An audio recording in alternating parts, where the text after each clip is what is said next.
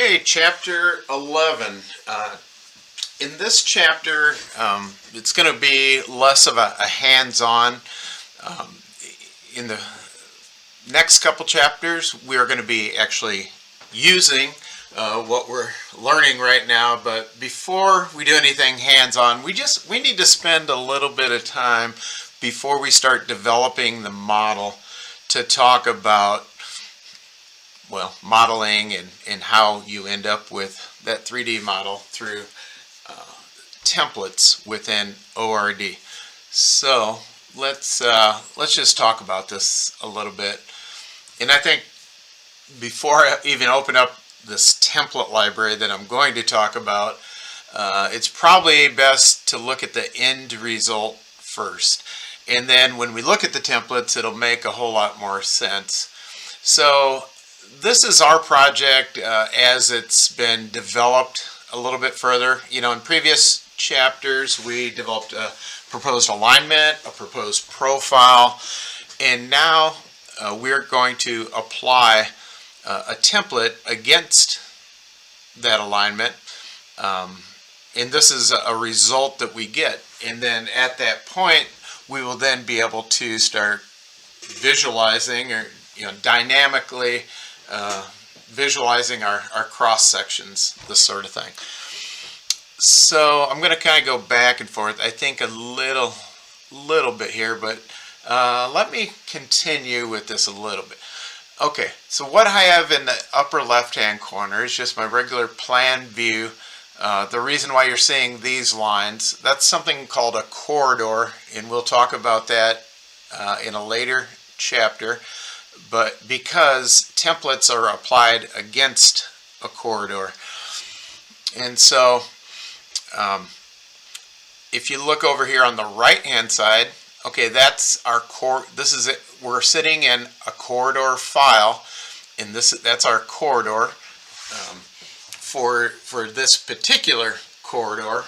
Right, you can have, and most likely you will have multiple corridors in a project, like such as, maybe a side road you put in a separate corridor, or if you have a project that's more than 1.5 miles, you would want to have multiple corridors, and then all of those corridors would be brought into a master corridor file, which is where you could point to get your hard copy cross sections and all the things that we do today, until we fully go electronic, because by modeling, we can still get the same result that we always did in the past with hard copy plans. We're going to go through all that, but we also get the added benefit of being able to provide the contractor the model, and specifically a couple of items within the model that are of great value to them.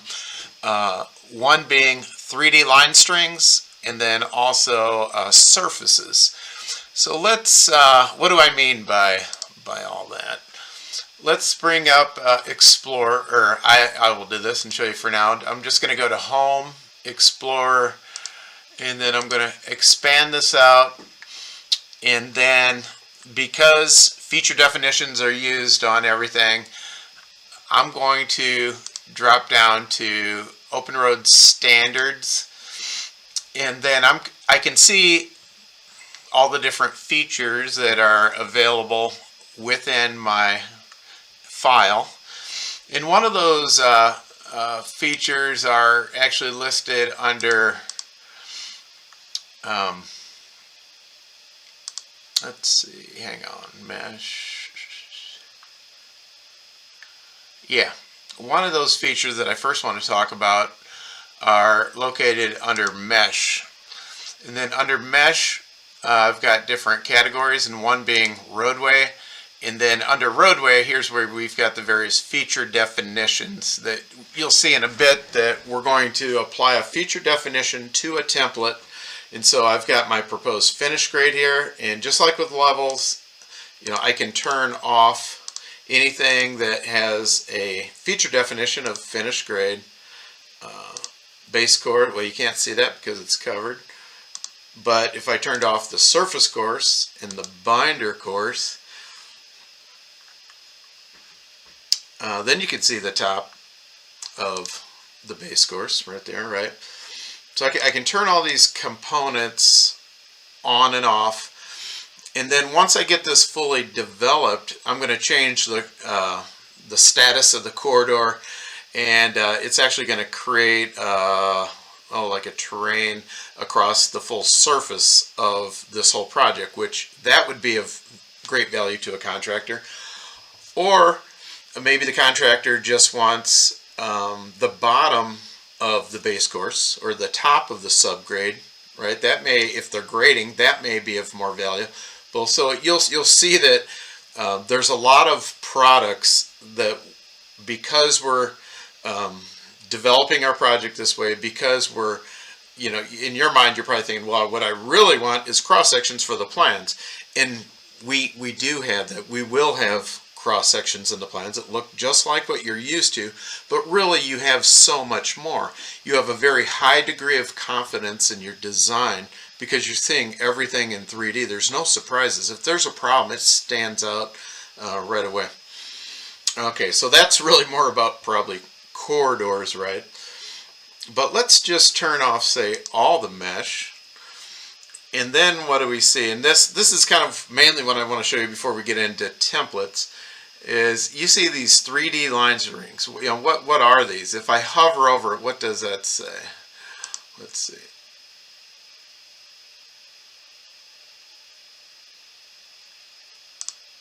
Maybe I should get a little tooltip to say what it is. I'm not sure why I'm not right at the moment, but to keep on going, say, for instance, this here I know is my edge of my shoulder. That's the edge of the ag shoulder. That's the edge of pavement. There's a bottom of the edge. Basically, look over here at this dynamic cross section, because this all kind of corresponds to the templates, because it's because of the templates all this come about. Think about this. The edge of pavement, the bottom of the edge of pavement, the bottom of the wedge, the edge of the ag shoulder, the edge of the earth shoulder, the ditch bottom, both the inside and the outside. These are all going to be points that you're going to see in this. We're going to talk a lot about points and components once we get to templates. But it's because of the points we ultimately end up with these 3D line strings. And it's the 3D line strings that allow a contractor to do something like, for example, run a slip form machine. Like, let's say I model, in my model contains curb and gutter. Well, if the contractor is going to run that mule, and he's not necessarily going to have to even set up a string line or anything like that, because we have a virtual string line. And that file can be loaded into that equipment, and then so they're out on the job, out in space, that mule can then be following that 3D line string. So that's, and again, these are all, this is where the industry's going. Well, it's kind of gone there, but it will continue very much so to go in this direction, because you can see, all those benefits. But let's back out. This chapter is mostly about talking about IDOT's pre-made standard templates. But without seeing this, the templates may not make a lot of sense. So, okay, so you kind of see where we're going, what the templates are going to provide for us. And that's kind of the starting point with modeling once you have your alignment in your profile. So I'm going to go up to the Corridors tab, and I'm going to select Template, Create a Template,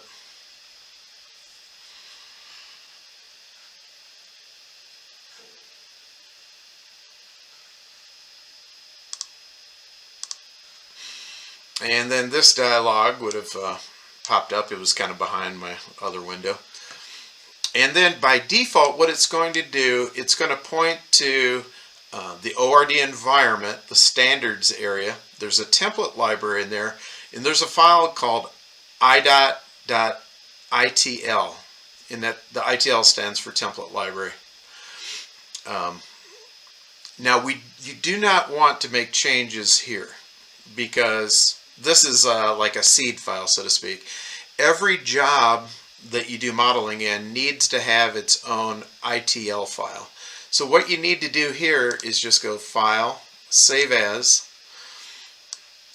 and then we are going to point to our job. So go to your student, or you will be going to your student, and there's a couple places you can put the ITL. I think IDOT right now mostly keeps their ITL located under Design. It can be there, it can be in the environment, really, whatever you prefer. Until this is really fully standardized, I'd probably just put it in the Design folder for now. I'll do a save. And so now this is, when I look at this, I say, well, I'm seeing all the IDOT stuff, right? But really, this is my full-blown copy of IDOT's complete template library. And I can tell that I'm working in my own file, because if I look at the top over here, it says Student 1 CAD Design, then IDOT ITL, and I could rename it if I wanted to. And so we're ultimately going to be creating a bunch of these project templates. Here, I'll get rid of these, so maybe this will be a little bit more clean. Okay, so right now you see that I don't have any project templates, but what I do have is all of IDOT's templates, and that's always a great starting point. In fact, it may be all that you need. You may not have to change them. But in fact, in this case, maybe we'll act like we don't need to change them. We'll just use them as our. And the complete template is located under the templates folder, proposed. This is a rule job. It's undivided, for instance. And then what I would do is I'd just go through and I'd maybe look for a template that's most closely resembles what we want to end up with. Now, being this is a county job and the state created these templates, you're probably not going to see a lot of county highway type templates here, but probably more so for IDOT until the template library grows even further. But we don't want to change that template right at this point, and that's what it's going to look like. What we want to do is we want to copy that template, and we're going to put that down under project templates, and it's this project template to where that's where we're going to use it. That's where we're going to make changes to it if we need to. I've got display point names turned on right now, but let's just talk about this particular template a little bit. This is not the one that ultimately we would use for our job, but this is a common IDOT template for new construction anyway. And so we've got a couple things here. Ultimately, we end up with these things called components, where that's these lines that are drawn in between the points. But you really first have to have the points in place, because it's the points that control the location of the lines that make up the component of this full-blown template.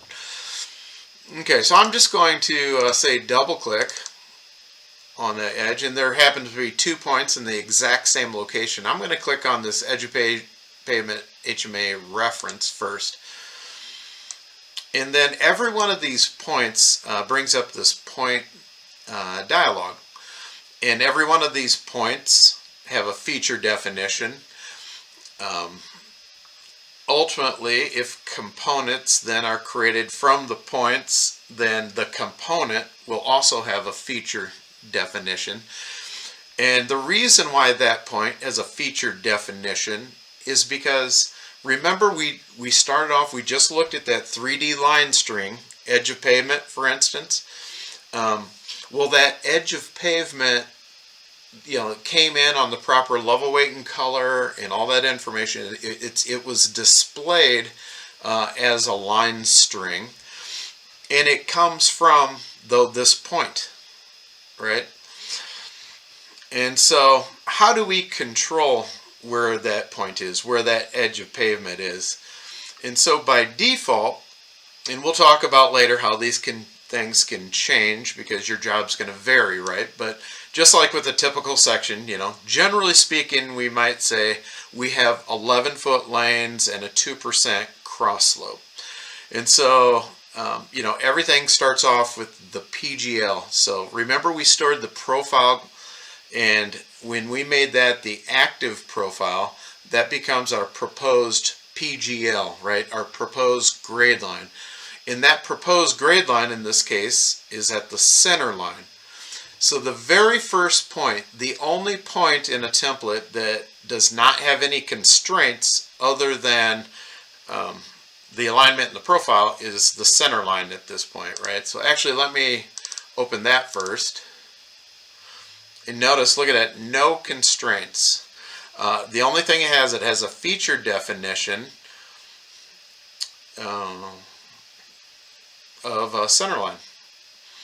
And we'll talk about this later. It is tagged for super elevation, but we're not going to talk about that yet. It's maybe a little more advanced. Okay, so now let's look at an edge of pavement reference like we just did. And this is how all of these points come about. Everything is kind of referenced from each other. So this point is in relationship to the PGL, which is that center line point.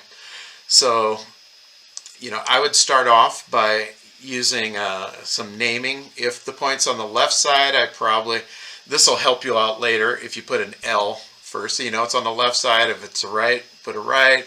It's going to say edge of pavement, underbar HMA. It's going to kind of describe what it is, right? Now, you could type in your own name totally if you wanted to, if I was starting, say, from scratch. But what I'd do is I'd click this button and I would see all these pre-made standardized points. And when I select one of those pre-made points like edge of pavement, the advantage to doing that is that it would automatically set the feature definition for you, which is a big help.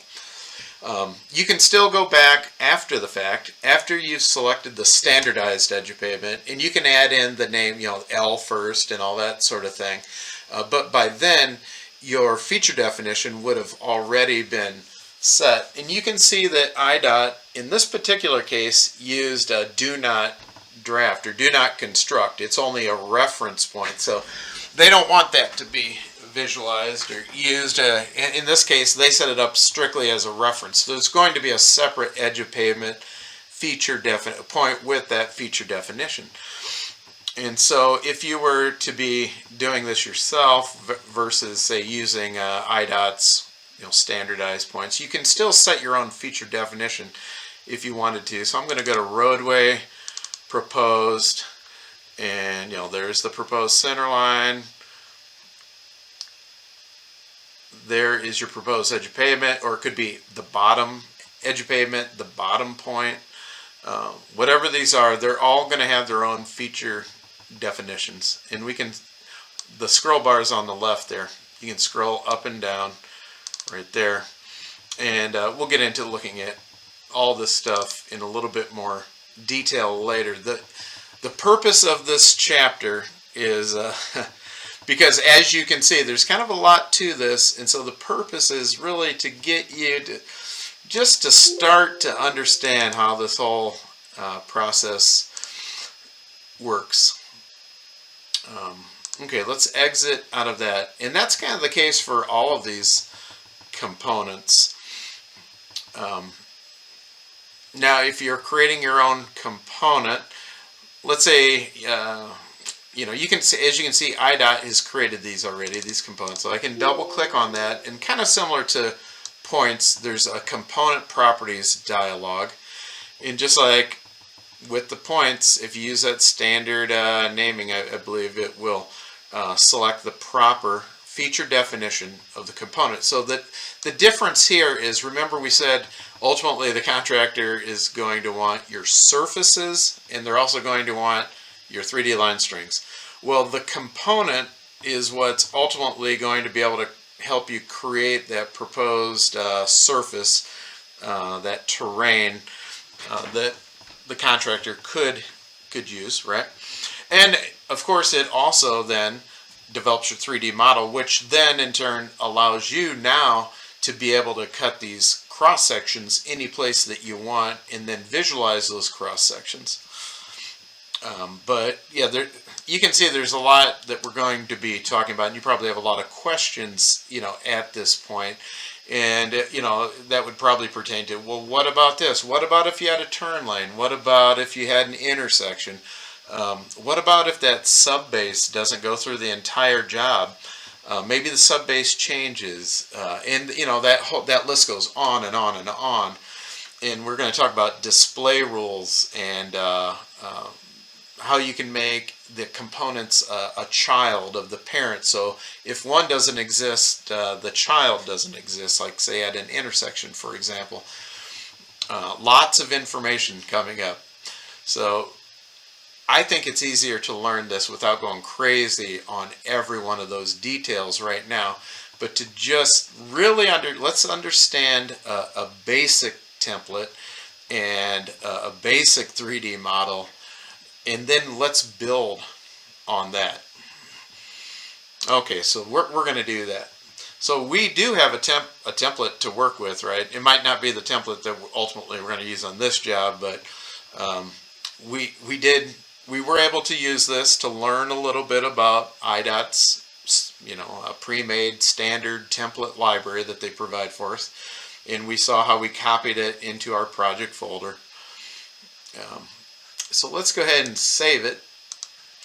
And I'm going to close out. I'll close out that template completely. And I'm going to end the chapter here. And then in the next chapter, we will learn about applying that template to a corridor.